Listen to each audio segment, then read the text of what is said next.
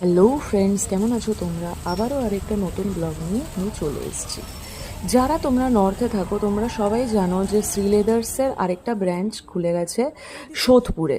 তো সোদপুরটাও খুব well maintained আর খুব ভালো করেছে, কিন্তু আমার সোদপুরের ব্রাঞ্চটাতে কোনোদিন যাওয়া হয়নি।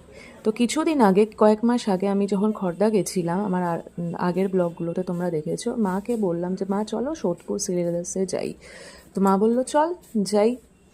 তো ব্যাস যেমন বলা তেমনি কাজে লেগে পড়া। তো চলে গেলাম সোদপুর সি লেদার্সে।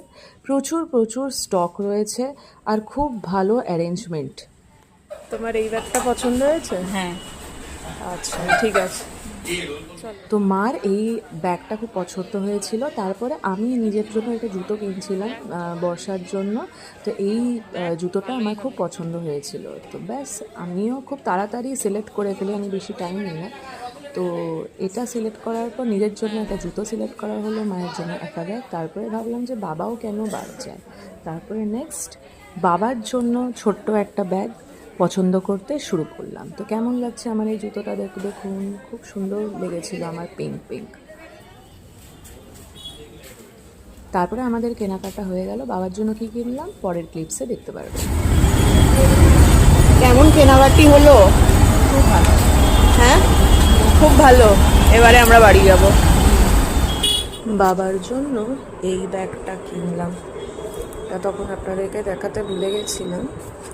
ব্যাগটা খুব সুন্দর, একটা চেন, 2 নম্বর চেন, 3 নম্বর চেন, 4 নম্বর, আর এটার ভেতরে আরেকটা চেন রয়েছে।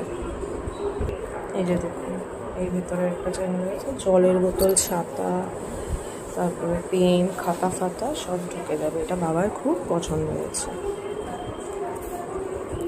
চলো টাটা। আমার এই ছোট্ট মিনি ব্লগটি শ্রীলেদার্স সোদপুরের সাথে মায়ের সাথে ঘোরাটা কীরম লাগলো আর আমার শপিংটা কীরম লাগলো আমাকে অবশ্যই জানাবেন।